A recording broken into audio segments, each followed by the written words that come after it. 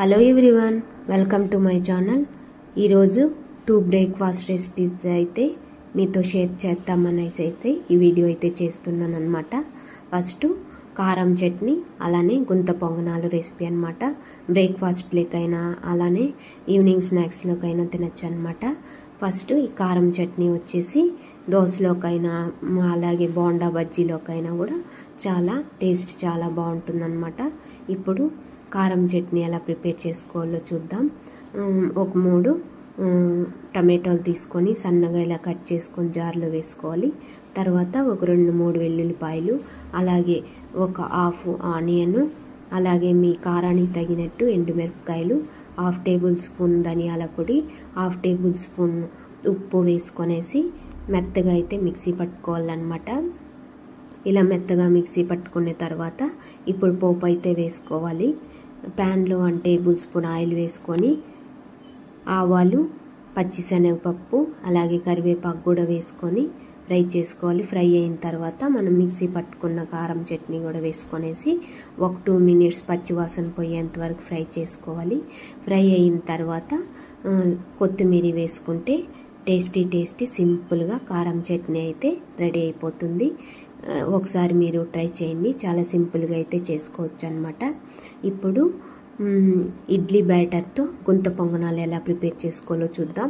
మీ క్వాంటిటీకి తగినంత ఇడ్లీ బ్యాటర్ పక్కకు పెట్టుకొని ఇప్పుడు ప్యాన్లో 1 టేబుల్ స్పూన్ ఆయిల్ వేసుకొని ఆవాలు, పచ్చిశనగపప్పు, జీలకర్ర, అలానే పచ్చిమిర్చి, ఆనియన్ వేసుకొనేసి ఫ్రై చేసుకోవాలి.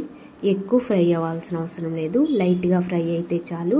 మీరు పచ్చివే కూడా అలానే బ్యాటర్లో వేసుకొని కూడా చేసుకోవచ్చు.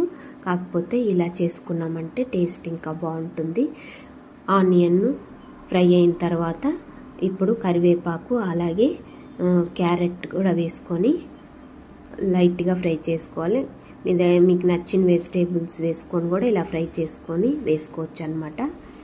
ఇలా లైట్గా లో ఫ్లేమ్ పైన ఫ్రై చేసుకునే తర్వాత ఇప్పుడు ఇడ్లీ బ్యాటర్లో వేసుకోవాలి.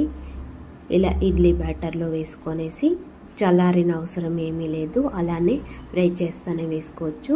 ఇప్పుడు వేసుకున్న తర్వాత కొద్దిగా కొత్తిమీర, టేస్ట్కి తగినంత సాల్ట్, అలాగే వంట సోడా వేసుకొనేసి ఇలా బ్యాటర్లోకి అంతా మిక్స్ అయ్యేటట్టు మిక్స్ చేసుకొని ఇప్పుడు గుంత పొంగనాలు ప్యాన్ తీసుకొనేసి కొద్దిగా ఆయిల్ వేసుకొనేసి ఇలాగా పొంగనాలు అయితే వేసుకోవాలన్నమాట.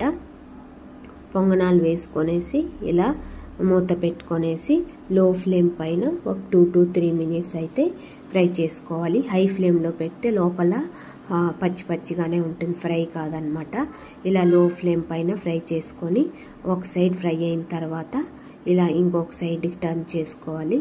ఇలా గోల్డెన్ బ్రౌన్ కలర్ వచ్చిన తర్వాత అటు సైడ్ ఇటు సైడు బాగా ఫ్రై అయిన తర్వాత టేస్టీ గుంత పొంగనాలు అయితే రెడీ అయిపోయినాయి. ఇలాగా ఒకసారి మీరు ట్రై చేయండి, చాలా సింపుల్, ఈజీగా అయితే చేసుకోవచ్చు అనమాట. ఇప్పుడు లోపల కూడా ఎలా ఫ్రై అయ్యాయో చూపిస్తాను చూడండి. చాలా స్పాంజీగా పర్ఫెక్ట్గా అయితే లోపల కూడా కుక్ అయినాయి అనమాట. ఇది ఈ వీడియో. ప్లీజ్ సబ్స్క్రైబ్ చేసుకోండి ఫ్రెండ్స్. Thank you for